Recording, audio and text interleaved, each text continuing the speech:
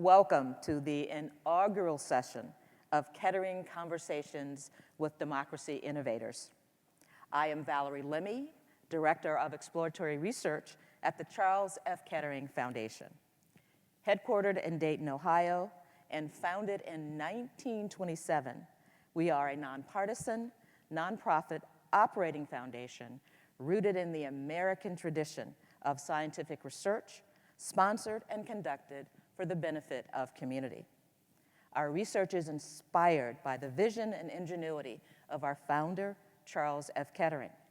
For the past 4 decades, our research and programs have focused on the needs of democracy worldwide.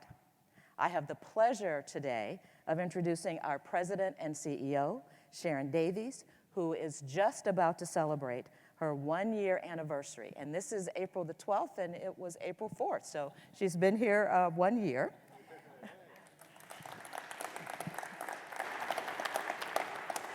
And of course, our esteemed democracy innovator, Will Davies. You have read their bios and no doubt Googled them. So my introduction this morning will be how they have inspired me to achieve what Aristotle would call the golden mean, to be my best self.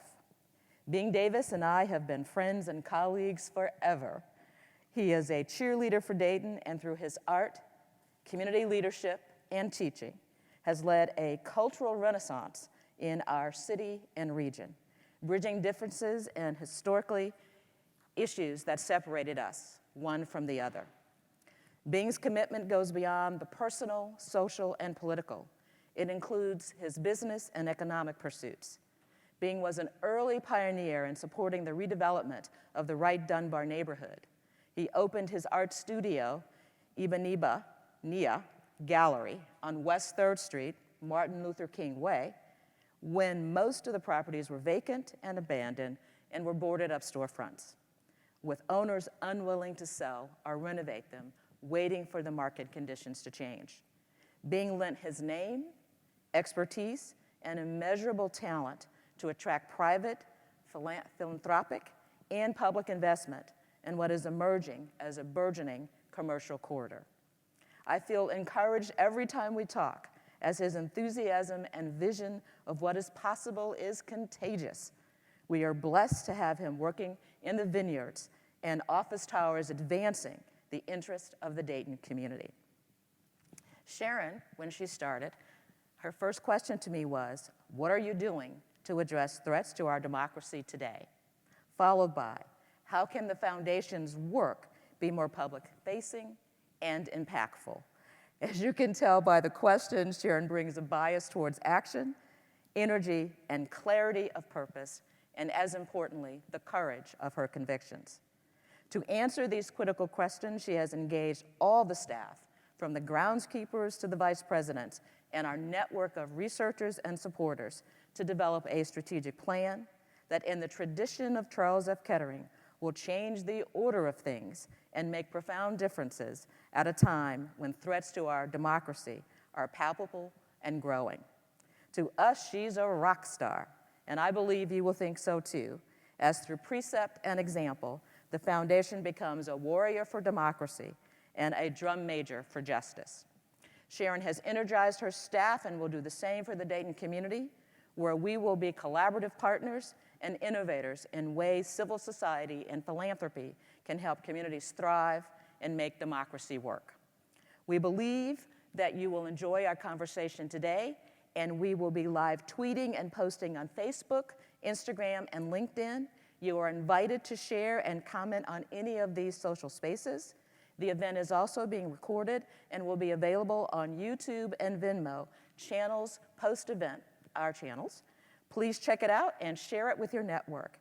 Without further ado, I present Sharon Davies and Davies.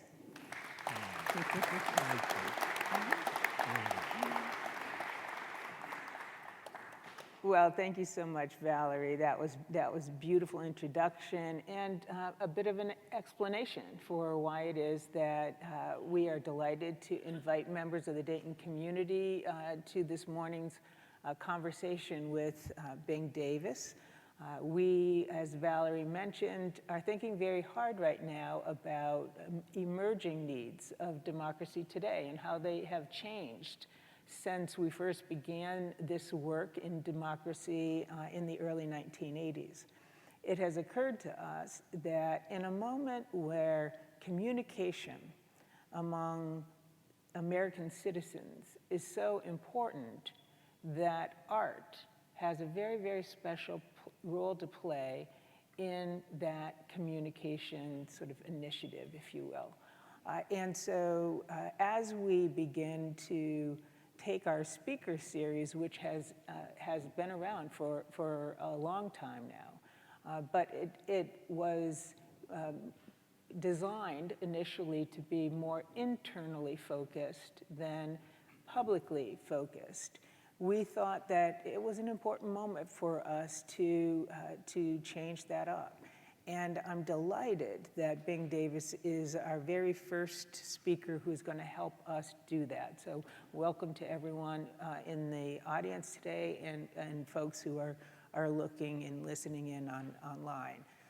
So Bing, I want to jump right into it. We only have a short amount of time. Sure. And I thought we would begin by looking at just a few pieces of yours to help us talk about the role of art and strengthening or advancing democracy.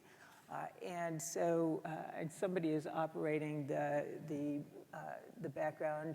This is a pretty significant piece that people would walk by and say, Bing Davis did that. So talk to us about that, and then we'll get into a conversation about some of your more recent work. Thank you. This is a new piece in a series called Ancestral Spirit Dance. And the series began after my first of 10 visits to Africa to study and learn and prepare academic material. And I've often wondered what would going to Africa do to me, my work, my life, my vision. I didn't know how it was going to come out. So I realized that in '73, when this series started, this is now 620 some of these images. Mm-hmm. Each one, well, first of all, I'll let you have the structure. What I decided to do, my mom was a quilter and a shape note singer. Mm-hmm. With about a 5th grade education from South Carolina when we migrated here. So I've been around quilts all my life. So what I did in this series was to look at shapes and patterns I found in African textiles and African American textiles to set up rhythms and patterns. And I wanted to find a way to blend my appreciation for African art and African American art and culture, which included also music. And so this was one way, but basically tying in the architectural patterns with the organic movement that you would call abstraction really is improvisation. So I'm playing music and creating melodies and rhythm, but I'm using structure, or some people say Wynton Marsalis at the top and John Coltrane at the bottom. So I'm using that way of looking and thinking and expressing to give a personal thought. But this whole series that is now in the 600 from 1973 is my way of saying thanks. Each one is a visual prayer of thanks for those on whose shoulders I stand. It's my way of trying to say, I appreciate, I know, I remember, and I want to always remember.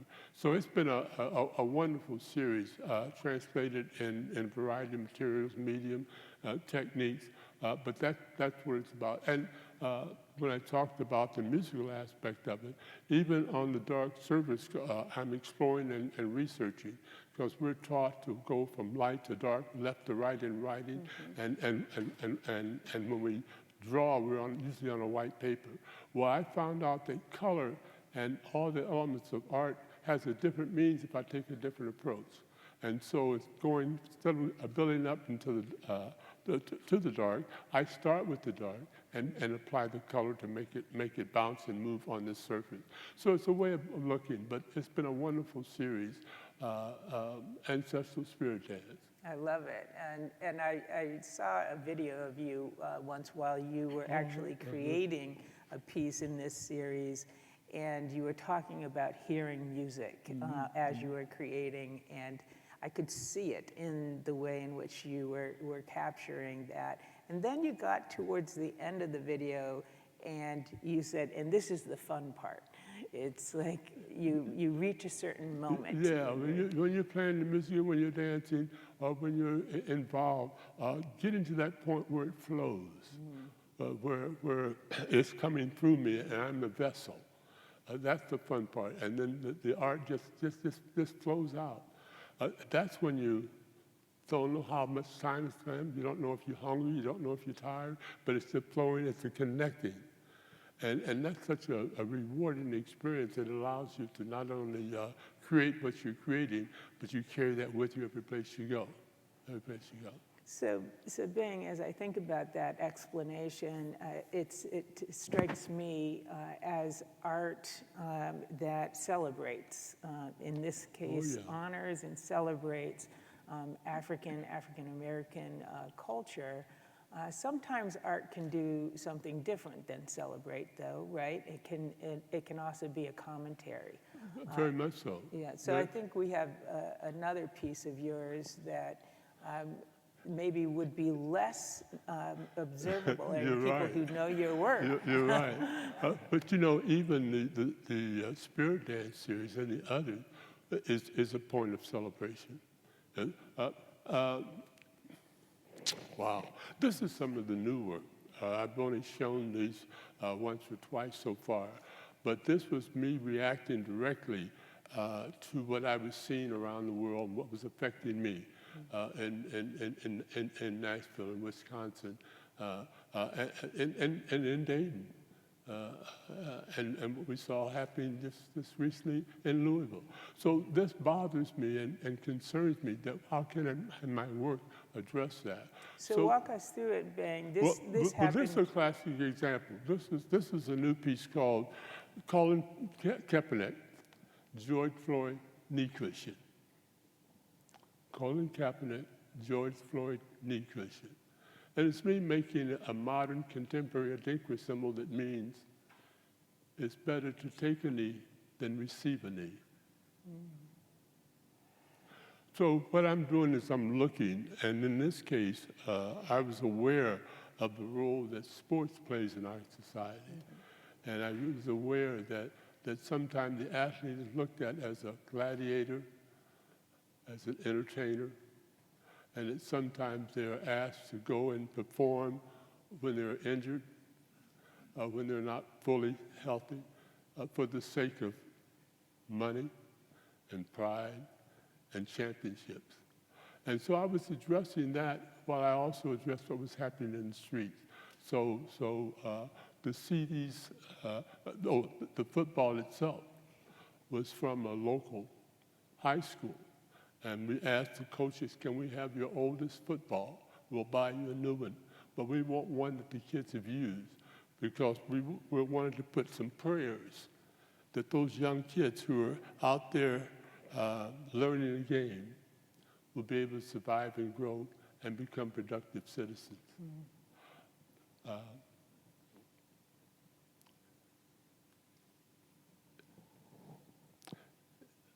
It fills me up because I think of the controller of those athletic games that we call owners, are those who are profiting the most, sometimes asking the athlete to go beyond where they should go. So what I was doing is addressing those kind of concerns. Yeah, well, to me, just looking at it, and thinking about the message, it strikes me that this is what art in a democratic society is really all about. And that is it's free expression, certainly on the part of the artist. Oh, yeah.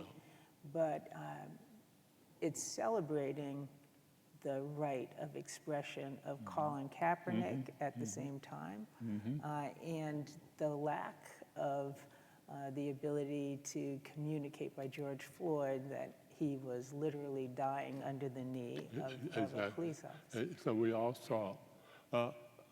You know,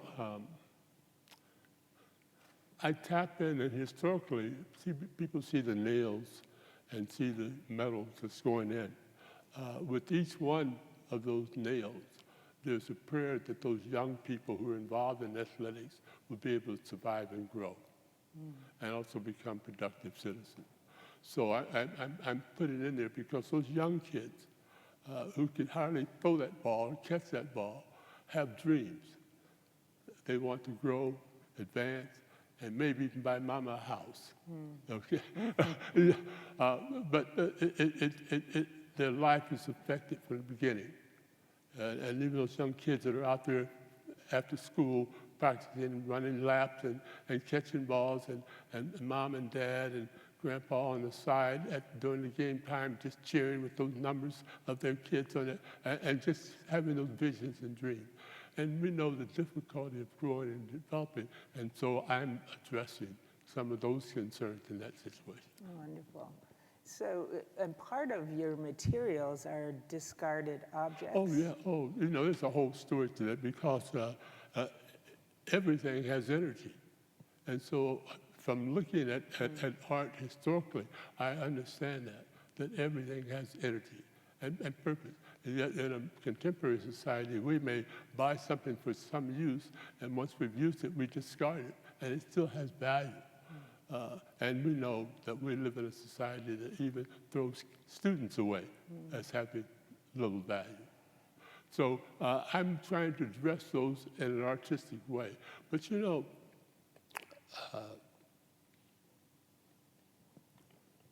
Guernica by Picasso was about a bombing of a small Spanish town.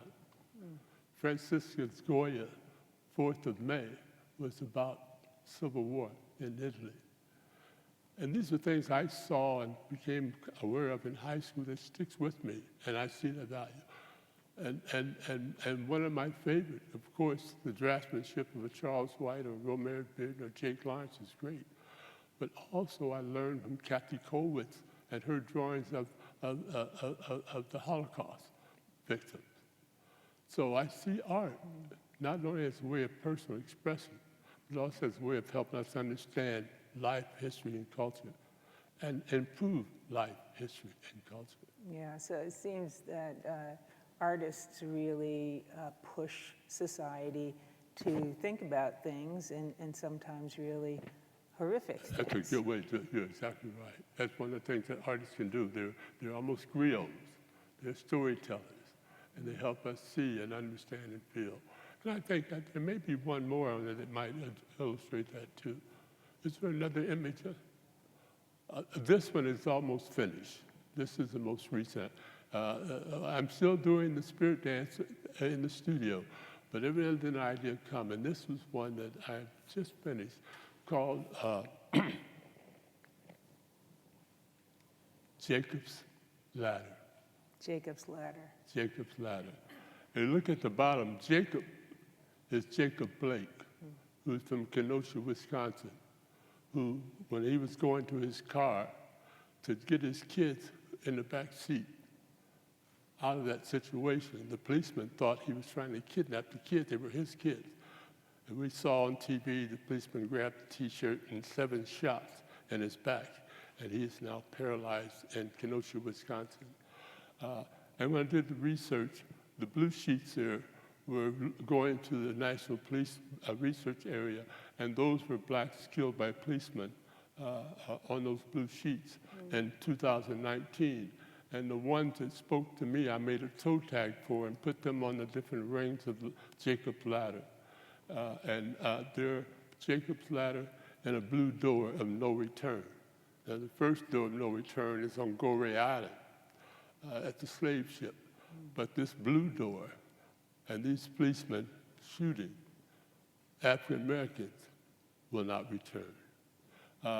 And I'm dedicating this series, which has been a part for me, to these 2 policemen who were friends of mine, Dayton policemen, Tyree Bloomfield, Ron Lowe, who were also artists. One was a musician, one was a visual artist, who became police chief here in Dayton, resigned both because they had difficulty trying to make the changes that they needed to make. But I'm trying to address some of the things I see around the world as it deals with that particular area, and hopes that I can contribute something artistically that might improve police work in my community and the world. So art has this ability to open us up to having conversations Exactly. about police violence, and I think they're also, talk a little bit, being about the what do you call these? Toe tags. Yes, toe Yeah, tags. As I went over the list of the sheets as we were researching on the computer of a policeman shot, I could have dealt that with women, with other people of color, but I wanted to research the one African American that was close to me. So as I go over this list, these names that look so familiar, as I was going, some of them spoke directly to my heart and soul. And I said, I'm going to make a check. I'm going to make a toe tag. I'm going to make them a part. So John Crawford's on there. Breonna Taylor's on there. So it's my way. And then by taking the flags and a batik, a flag of the United States, and putting these small flags at the top, I direct the viewer to what particular country I'm most concerned about.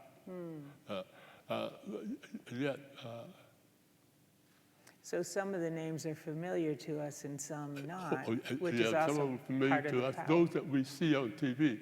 But I was amazed at the number. And I don't have, there's still a few more pages left. But that's just a few. As I was going to the studio, one or two names would pop into my head. And then I would go and make the toe tag and put them on so they become even more visible. So I was having conversations with them and remind them that they're not forgotten. So what about the numbers at the base? Those numbers, those numbers have the 7 shells of the bullets. And that's the national technique of how you mark where you find the casings. And so I use that as an element of form. And so there's a casing glued to each one of those tags just as they would come in and mark on the ground and put a circle down. So powerful. It makes me think, part of the beauty of a democracy is that we all have the right to express ourselves, our thoughts, our dissent, and this is a perfect example of it. I am mindful, several months ago, you might have remembered there was some coverage of some folks in China who were not happy with the way in which their government had handled the COVID situation with them. But they also were not allowed to dissent. And so there's this beautiful picture of some members of that community literally holding up a blank white sheet of paper with nothing written on it because they weren't allowed to express how they were feeling about their government. And so this kind of work, I think, really brings home how important it is for us in a democracy to understand the power of these rights that we have that are not enjoyed by all people around the world. It's so true. You made me think, I remember going to Tenement Square the week after seeing that young man stand in front of that tank and move his body at various places in front of that tank. Powerful. We can all bring it to mind. Yeah. Well, I mean, clearly, we don't always agree on how to think about things that are going on in our community, but I'm also mindful that not only do you create your own work in this community, Bing, but you also make it a point to provide opportunities for young artists to do the same. And when I was at your studio recently and saw the exhibit that you had there that honored both Paul Lombard, Dunbar. right, Yeah. and Dunbar, and then also invited artists to look at Dunbar's work and to connect it up to something that they would create. So talk to us about why that was important for you to do. It was important to Paul Dunbar yesterday and today.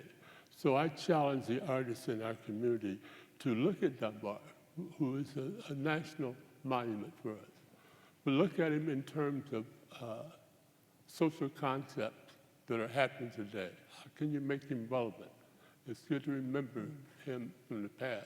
But what he was saying there also fits many of the situations today, and that's what they were able to see.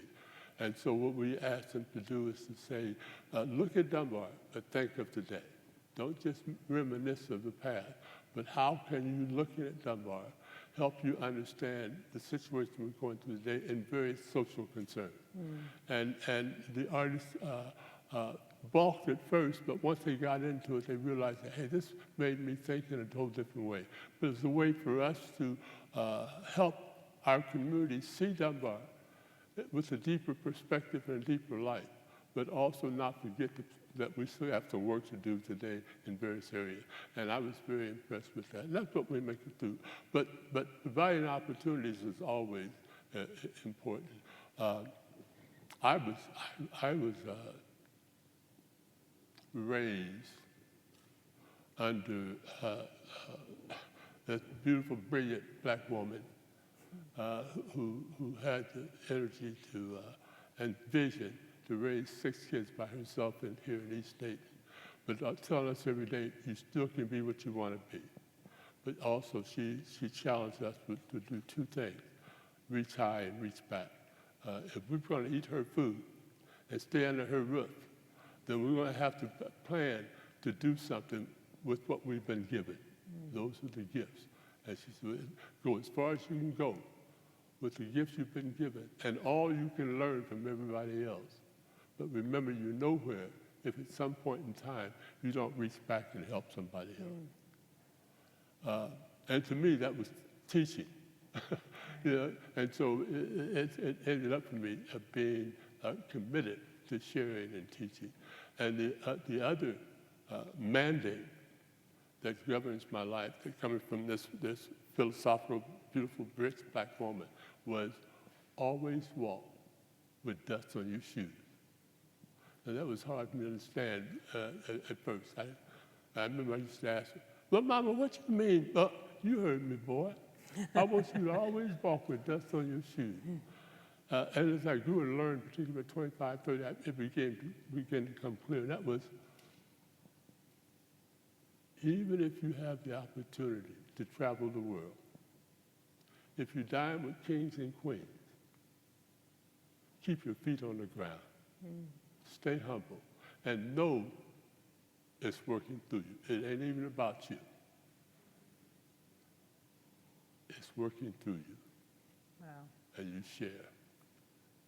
Yeah, so I've spent quite a bit of time myself during my career as a teacher as well, and I truly know the joys of being in that role.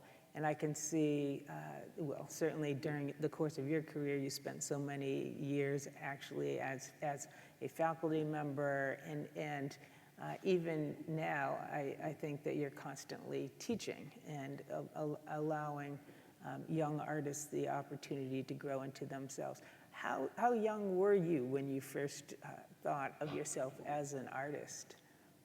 I cannot think of a time that art was not important in my life.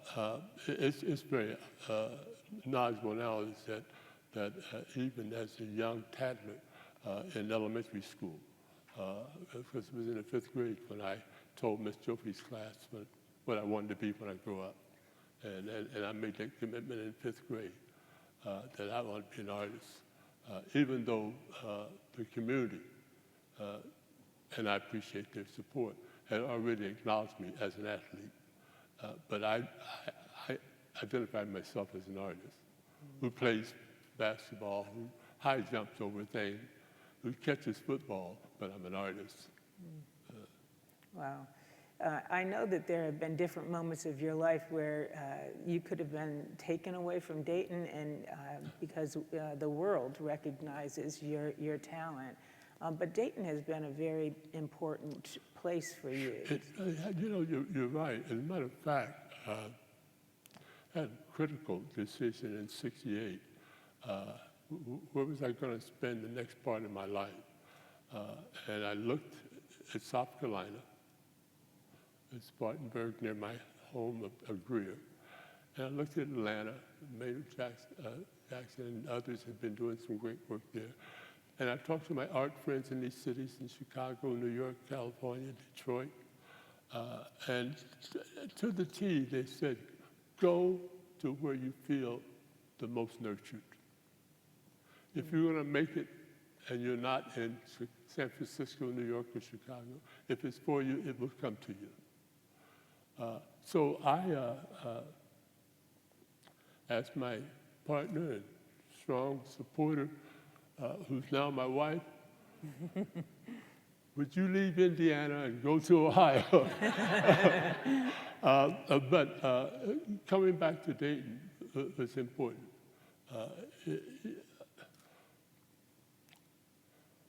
It has not hampered my development or growth or opportunities. As a matter of fact, the first week we were here, I get a letter in the mail. Could you please participate in this exhibit at the embassy in Accra, Ghana? Of course. How'd you find me in Dayton, Ohio? But it has not been a barrier. As a matter of fact, it's been very nurturing for me because much of the input and the nurturing that I had came from this community, both athletically and artistically, and now culturally. People have assisted me in trying to serve my community. Well, it's you're a real local treasure. The founder of the Kettering Foundation, Charles F. Kettering, was also deeply committed to this community. Yeah. And so one of the things that we think about every day is how do we honor his legacy and how much Dayton and this environment meant to him. So you are enabling us to help to do that by having this conversation with you today and helping us think about the needs of democracy being and the unique role that I think art can play. It strikes me, and I'd love to hear your thoughts about this, but it strikes me that art is almost like a language of its own.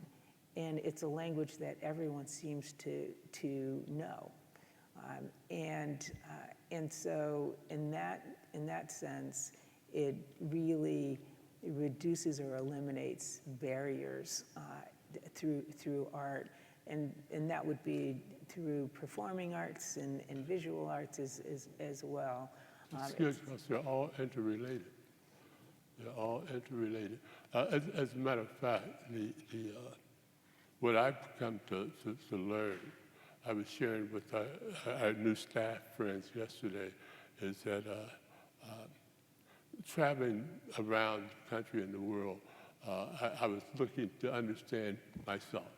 And I always make the joke that I was looking for me and I found us. Looking for me and I found us, all of us. And in that study and that research, I found that all human beings, red, yellow, black, and white, evolved from an African woman. So we're brothers and sisters whether we recognize it or not. And that I know all the routes that the transportations of the slave and as well as the trade routes, and how Africans populated and grew. So the arts is commonly called a universal language. They're universal forms. And every group of people from the beginning of time have used the arts not only to celebrate, but also to preserve and acknowledge those things that are important to them. Some people often say, if you want to know a people, you can get a book and read it, but many times the books in the past have been written by somebody outside the culture rather than inside the culture. But if you really want to know a people, look at their music, look at their dance, look at their drama, look at their spoken words, how they transmit what's the value to them. And at all the times, the arts are there. And then if you look, well, I'll give them the rights back, the birth, the puberty, marriage, death, and after death. All people go through those same stations of life. And what they do is they use the art to help celebrate and perpetuate and pass on those things that are important to them.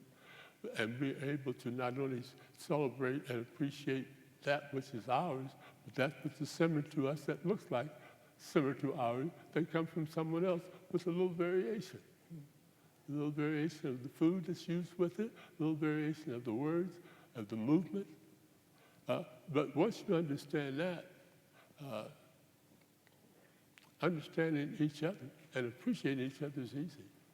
Wow. I don't know whether the folks who are patching in by online or digitally were able to sort of hear the gasp in the room when you said, I was looking for me and I found us. What a wonderful sentiment that is for today's world. I think we're going to have to find a way at the Kettering Foundation to put it up on the wall so that we remind ourselves, I was looking for me and found us. I think I have to open it up for questions, and so give our audience an opportunity to ask questions too of our esteemed guest.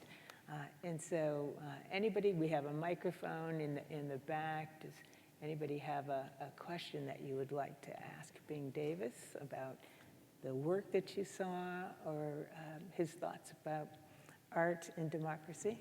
Yes, Madeline? Thank you. The microphone's coming. Thanks so much, Bing. What's your advice for young people today? There's so much more that they grapple with: social media, polarization, acrimony. How do you suggest they navigate the current environment? Navigate with patience and concern, but with vision. I'm really excited about what I see in our young people today. I'm very encouraged, because when the trouble arose anew a couple summers ago, we saw crowds in the street, but this time we saw crowds of youth from all different cultures recognizing the need to come together and rethink some things and redo some things. I'm encouraged, and I try to find ways to nurture and encourage and support many of the great thoughts that are coming out of the minds of our young people today. So if we can just survive this COVID and some of the things that are happening right now, and get back to working harder and sharing, we're okay. And particularly if we can find a few major institutions to get involved, like at Kettering, or University of Dayton, or Central State, or Wilberforce, Sinclair. We got some tools and some abilities, and because the youth are there, the knowledge is there, and the creativity is there. We have to rethink some things, and we sometimes may have to, as older adults, be willing to follow leadership of someone younger, but also give them a chance to show what they can do. I'm encouraged by the youth today. Over here, Daniel.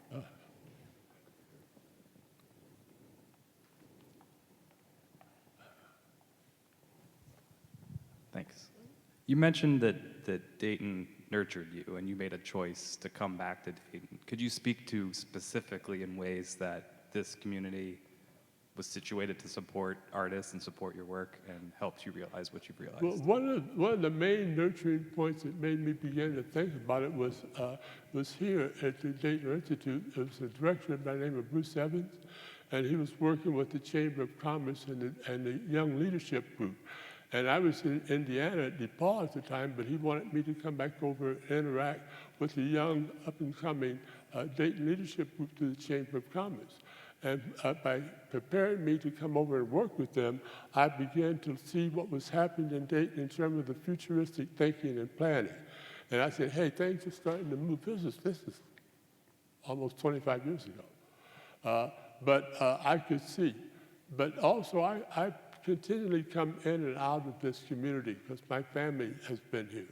And so I've always been able to tap into some of the energy that was here, and always been able to stay in touch with many of the artists and musicians and dancers. Because remember, this is Geraldine Blunden DC home too, so I had people like that to be able to interact with, and it was nurturing.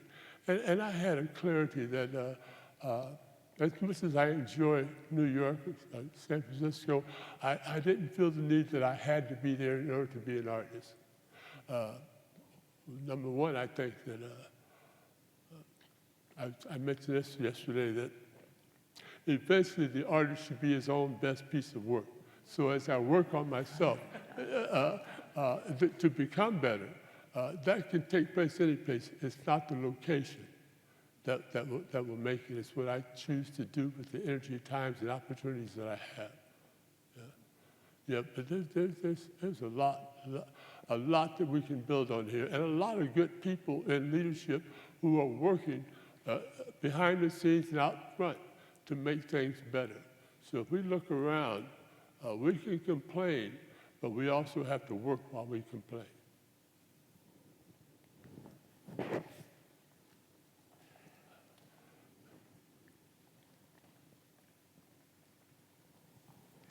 Good morning, and I thank you for your comments and the conversation that we're having today. I'm interested, you made a comment about your mother and quilting. I just want to get a sense of what you learned from your mother's style of composition that carries over into your work today. What was the last part? What have you learned from your mother's style and sense of composition and the quilts that she made that carries over in your work today? You know, I used to talk with her. She never viewed what she did as art. It was just what they did. They made quilts a certain time of the year. And the shape note singing, remember, this is someone with a fifth grade education. And she not only taught herself many, many things, but she also passed that on. I learned to appreciate, helping her straight pen paper patterns on scraps of cloth. You know, I didn't always do a good job, and sometimes I had to wipe the blood off of me. But I was aware of her making those quilts. As a matter of fact, when she passed at 101, she was only limiting the fact that she still had not finished the quilts she was making for her six kids that she hoped to give to them before she went on to the land. Unfortunately, they all got burned up in a house that caught fire. But I learned to appreciate things made by the hand.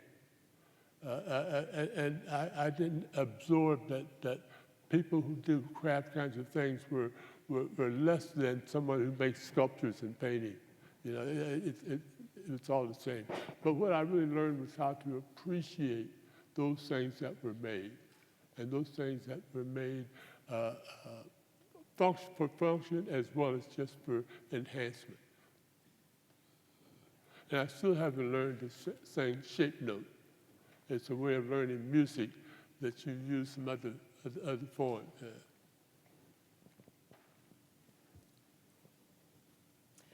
Hi, Bing. You have an amazing studio practice, but I'm also aware of the work you do in the community as a catalyst for other artists. With the annual exhibitions you organize, you actually have like this rippling effect for other artists and for community members, and I just wonder if you could talk a little bit more about that in particular. Well, you know, I've always been aware of people nurturing.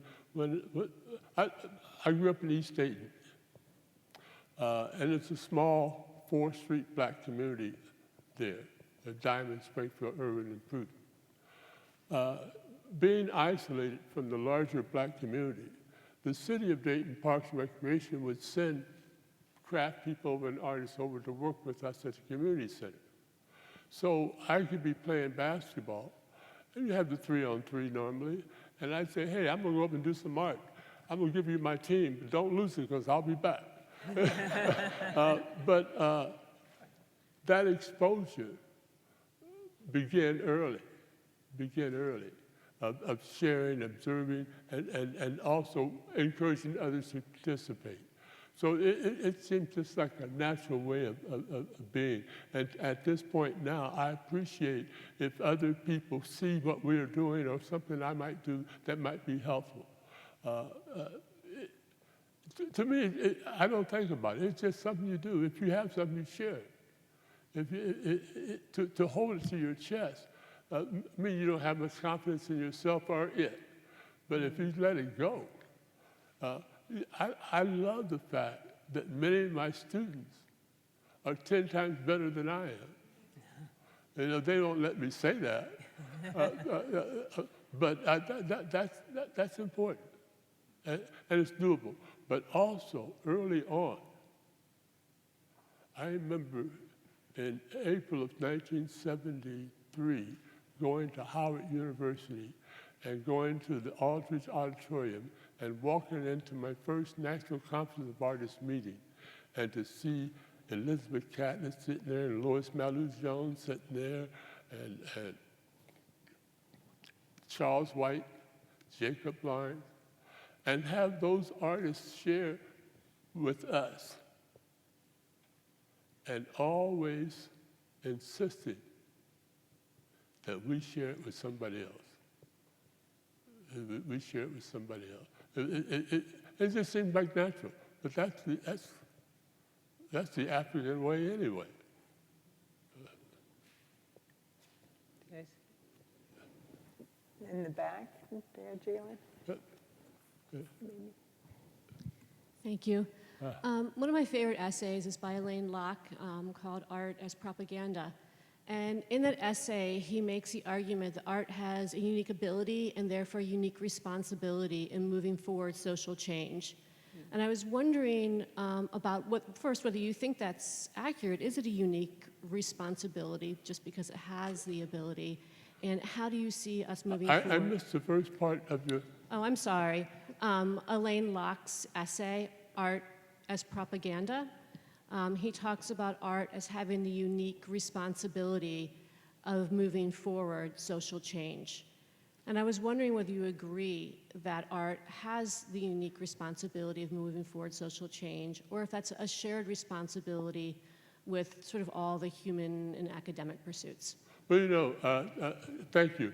And Alan Locke did so much for us in terms of his writing, and one of the early scholars that helped influence the Harlem Renaissance.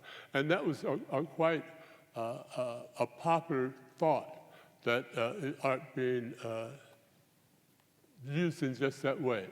But what I was saying earlier, art has always talked about what's going on in different aspects.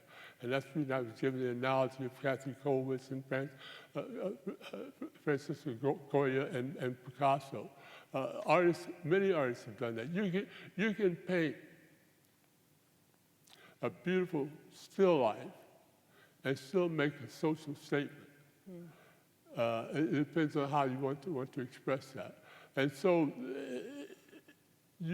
an artist's perception, vision is oftentimes in front, a part of his creative expression. He can decide how much emphasis he wants to place on perpetuating a philosophical or personal or political thought. But they're all there. I remember seeing signs, praise the Lord and pass the ammunition.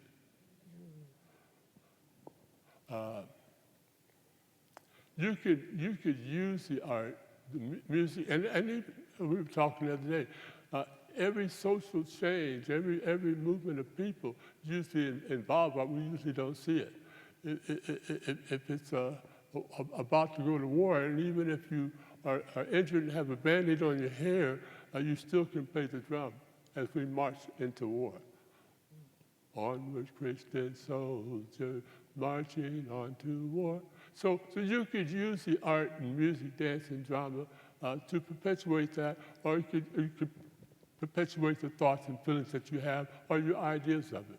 So it's not it's a potential that's there, but everything has that same potential.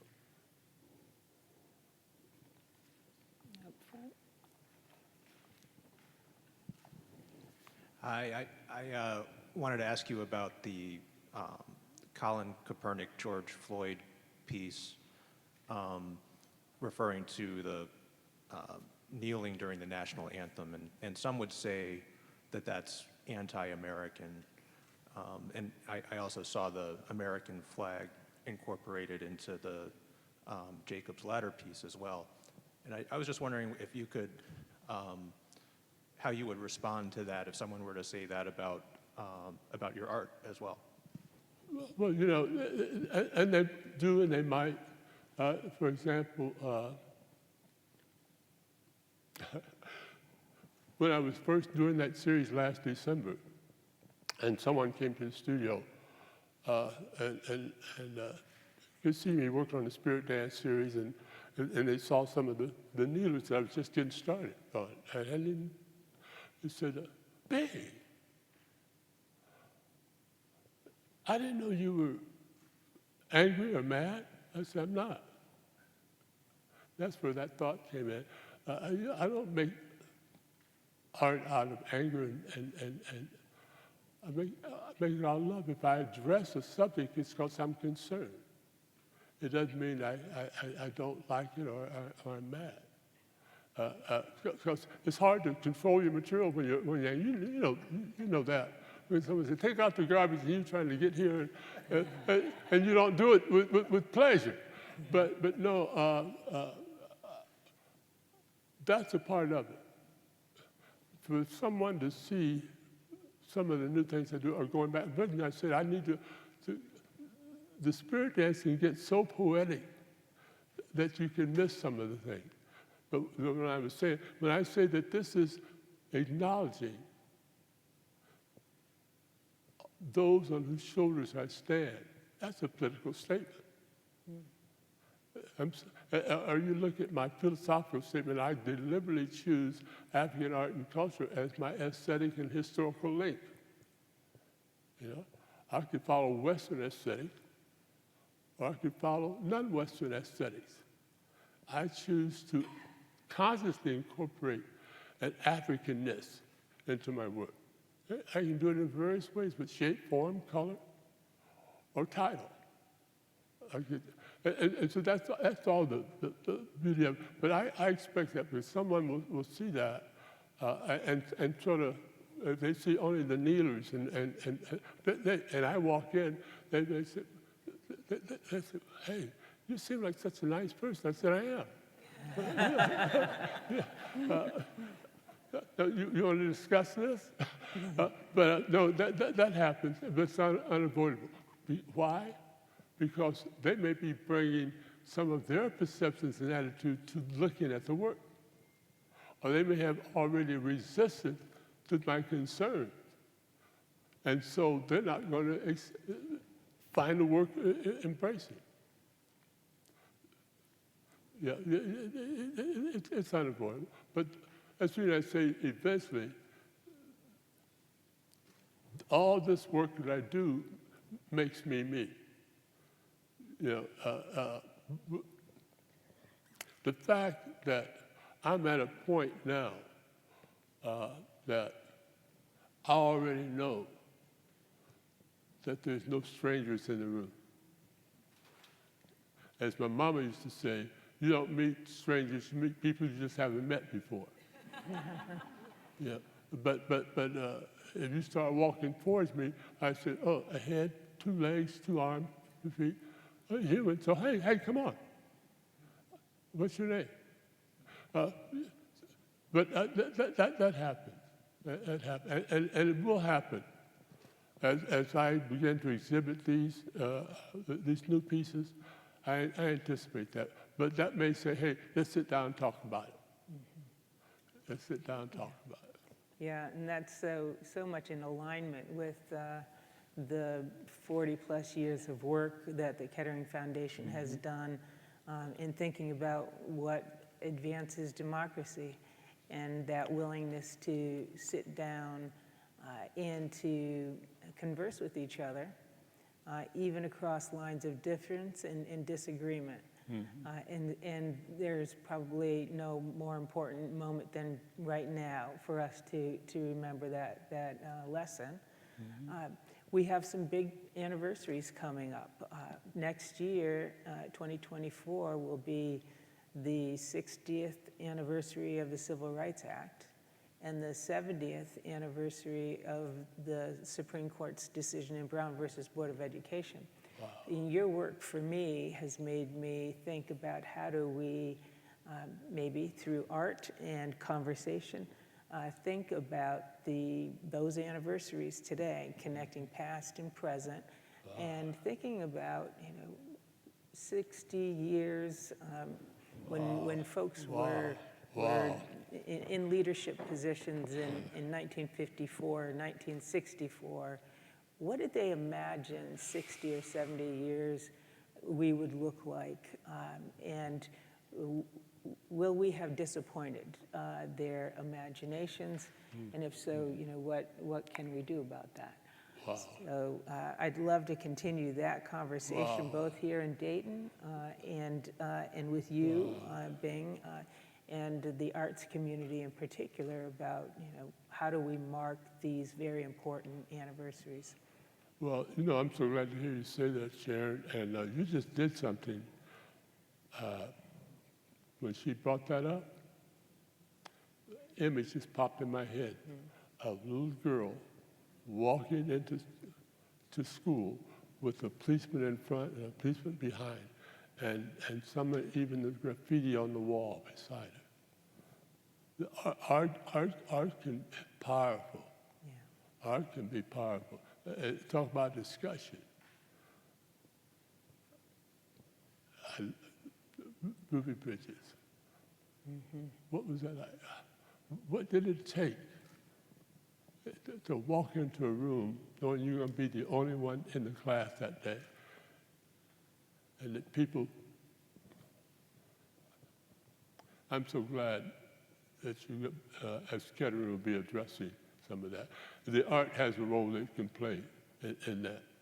Because without even talking about anything else, that image that you just brought up, just with that comment, discuss the kids, discuss the mental health of someone going through that. What's the impact now from having experienced that?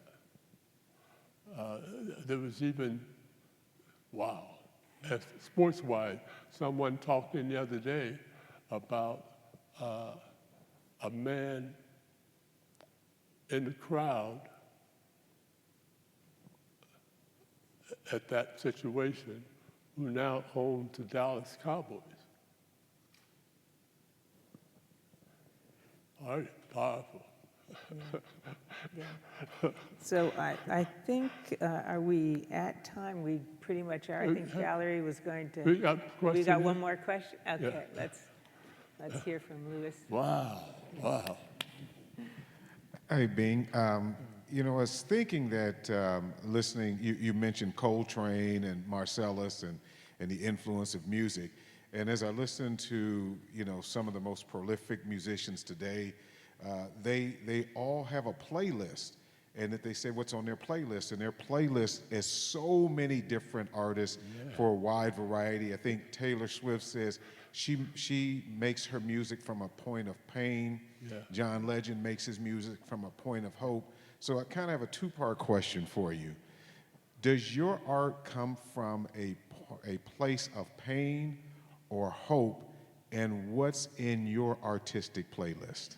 That's your point, and good observation, too. I think mine comes from a place of hope, too. I'm a very optimistic person, basically. I always look for the positive and always try to pull that out. But I look and experience as much as I can.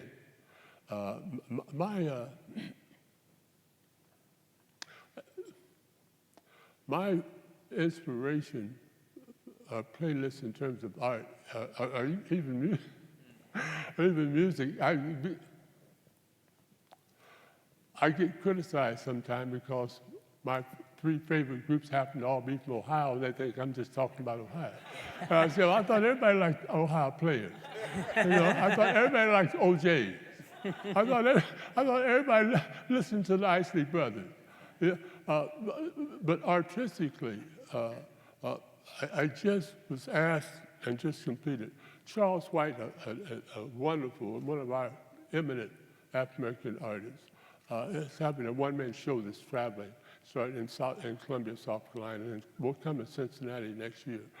But they'd asked me to write an essay because Charles White agreed in 1968 to leave his comfortable home in Altadena, California, and come here and work with our kids in Living Arts Center for a week, for 5 days, and they could not believe that someone of his stature would come to someplace like Dayton, Ohio, at that time.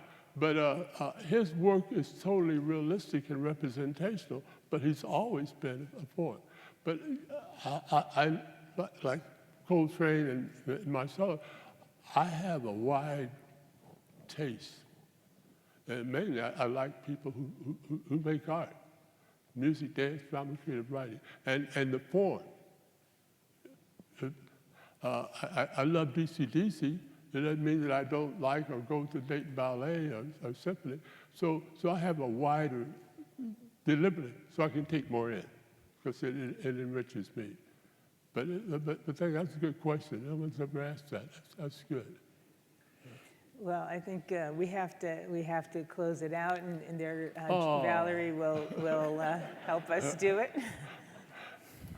Hey, thank you for coming. This has been tremendous, and I have been, and I want to publicly say, really appreciative of the Kettering Foundation for even thinking of possibly involving the art and thinking involving me. It was a great inquiry for someone to approach me, and it's just been a wonderful experience, and I look forward to whatever relationship we can have in the future. It's been great. Yes, do we. Thank you, Ben.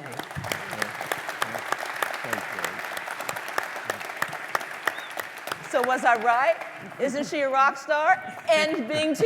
Yes, one more round of applause. Great job, both of you. Amazing job, amazing job. And Bing, you said many things that resonated with me, but one in particular was that about 25 years ago, you felt an energy in the leadership of this community. So thank you for that. Thank you. 25 years ago is when I was here.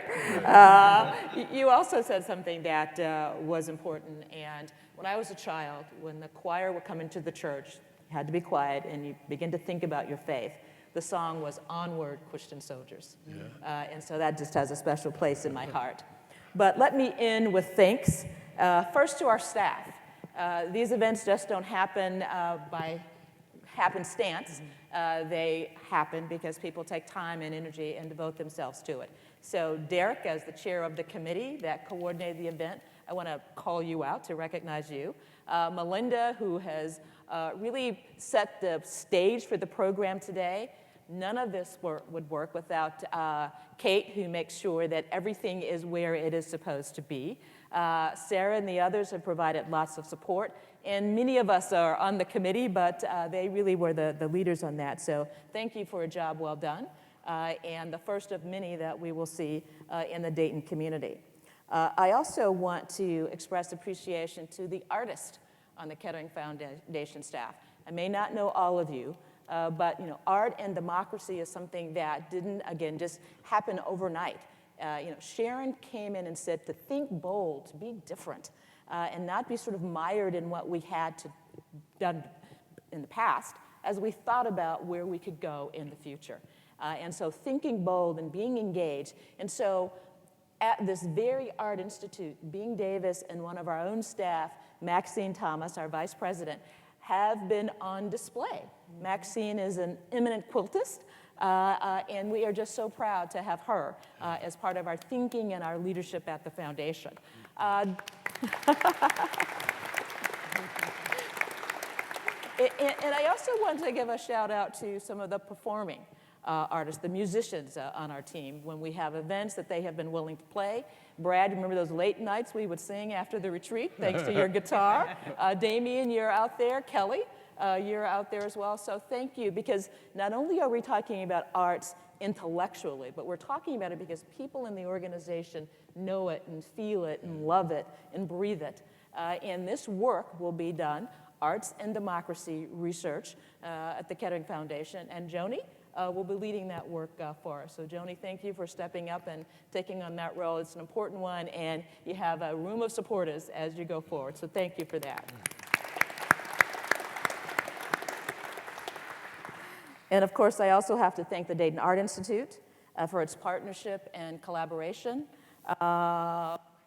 Thank you and your staff team for making this possible. We've been here before, we love it, and we love our relationship, and we look forward to many, many other opportunities to come back. As I mentioned before, this is the first of our Dayton-based conversations with Democracy Innovators. Stay tuned for more conversations later in the year.